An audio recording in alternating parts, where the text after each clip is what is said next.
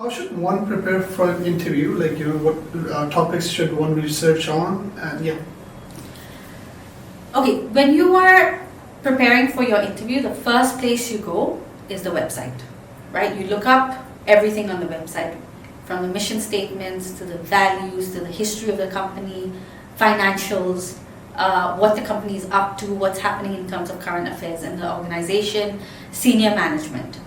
The next thing you do is just research, Google search on the company, see what's coming up in the news regarding this company, regarding this organization, what's happening for them at this point in time.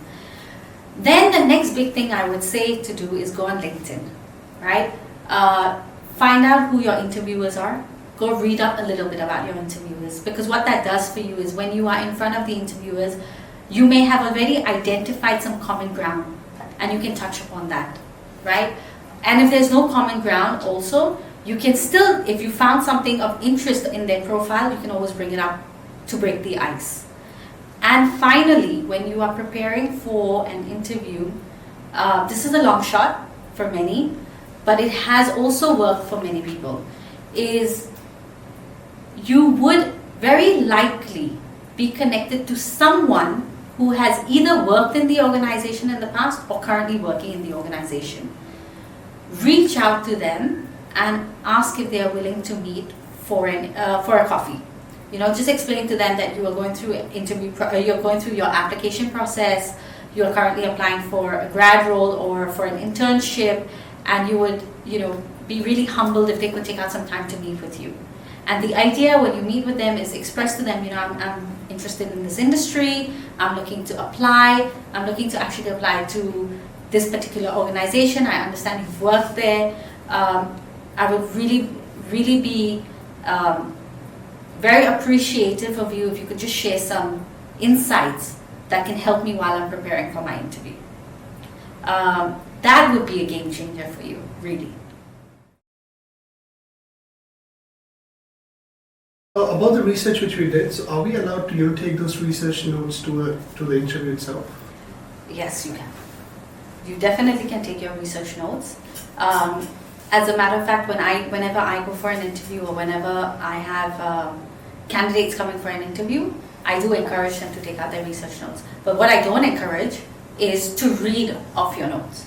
So know your research at the back of your hand, but you can always refer to particular points that you have highlighted in your research notes, and you can talk about it, because what it shows the interviewers, you've actually done your research. Similarly, when you're preparing for questions, right? They ask you, do you have any questions? You don't have to memorize those questions. You can actually have a list of 10, 12 questions and number them in terms of importance for you, right? And then ask the first 3 or 4 depending on how much time you're given. So it's okay to have your research notes on the table. Now, of course, you don't want to have 10 pages, 1-2 pages at the max, but with key information that you can show that, actually read about it and this is what I read, and then you can quote what you read. So should one rehearse any the answers to typical questions, as in why this role and all that, those typical kind of questions? Yes. But before you rehearse, the first thing you have to do is anticipate what questions will be asked. Write those questions down. Then write your answers to that question. And actually script your answers. Because when you script your answers, you're thinking through the logic of your answer. Okay? You will find that the first time you script your answer would be maybe 8, 9, 10 sentences long. When you go back and you reread it, you will see you will edit your answer. You will bring it down to maybe 6 sentences. When you further read it, you will further edit it and you'll bring it down to 3 or 4 sentences. That's where you want to be before you rehearse those answers. So you want to get to a point where each response is not more than 4 sentences, not more than 30 to 45 seconds long. Because then you will be sure to keep the attention of the interviewer and you are crisp in your response. Once you've gotten to that point, you want to stand in front of the mirror and read those responses a few times till it becomes something that comes out from your mouth naturally. I'm not telling you to memorize your questions. I'm telling you to take it in and actually go through the motion of your response. It's about you. There's no rote learning. There's no memorizing. It is, most of these questions is about the experiences you've had, about your own skill set, or about how a behavioral question, how you've responded in the past. So there's no such thing as actually memorizing it. It's just making your storyline crisp. Then the next step you would do is call a friend and get them to do a mock interview with you and see how you perform in that scenario. Maybe you don't even do it with a friend, because with a friend you're too comfortable. Maybe you identify someone you don't know on campus and request them for 30 minutes of their time and see if they can do a mock interview with you. That will have more of an impact because you don't know who this person is and you don't know what to expect. Just a follow-up question, on top of it. So when you say, we script the answers, to typical questions. So should there be anything we should keep in mind, so that even though we rehearse that it's going to be in a proper flow and everything, but then maybe certain facts, because if you script it, you can add certain facts and everything, right? But then even if you have rehearsed it, to make it really smooth. But then that can still, be really obvious that, okay, that this is something, you can't really come up on the top of your head. So is there anything that we should, keep in mind while trying to get to the answers? I would say when you're getting to those answers, firstly, keep your language the same as the job description. That's very easy. Secondly, when it comes to facts and figures, that can only be applicable to certain questions.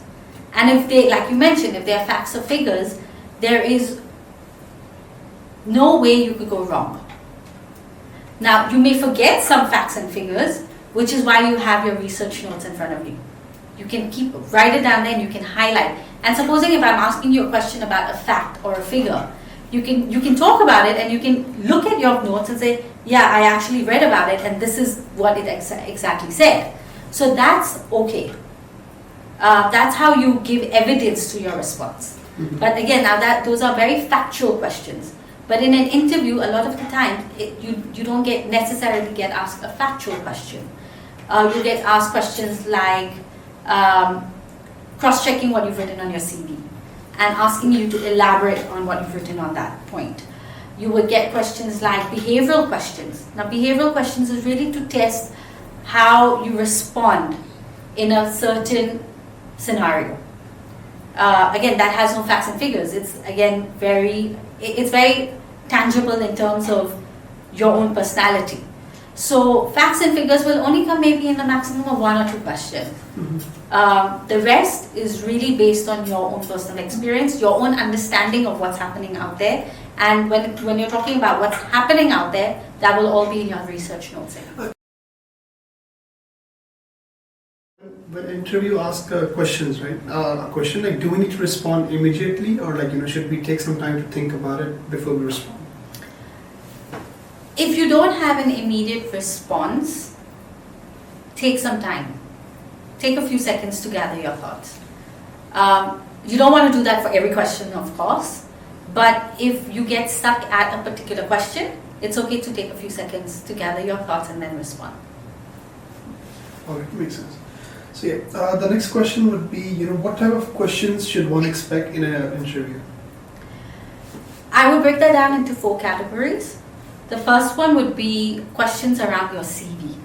So if an interviewer is particularly interested or intrigued by something that you've covered in your CV or your cover letter, they may ask you to elaborate and share a bit more. The second one would be around current affairs, to see how much knowledge you have about the industry and what's happening in the industry at the time. And at the back of that, they would possibly ask you about your opinion and what do you anticipate will happen. The third type of question would be technical-based questions to understand your knowledge around the industry and the role specifically that you're applying for. And finally, a behavioral question. Now, they ask behavioral question to understand how you respond to a challenging situation, or in any situation that you are put in, how do you respond or react when you're put in that situation? And this is really for them to gauge whether you would fit culturally into an organization or into the team also. What type of questions can we ask the interviewers at the end of the interview? 3 questions I could advise that would be good questions to ask. One would be, what does success look like in this role? The second one could be, could you share what previous grads, what qualities previous grads have had or demonstrated that have made them stand out? And the third question that I think is a very good question to ask in order for you to understand where you stand at the end of your interview is, do you have any concerns regarding my application at this point that I can help clarify?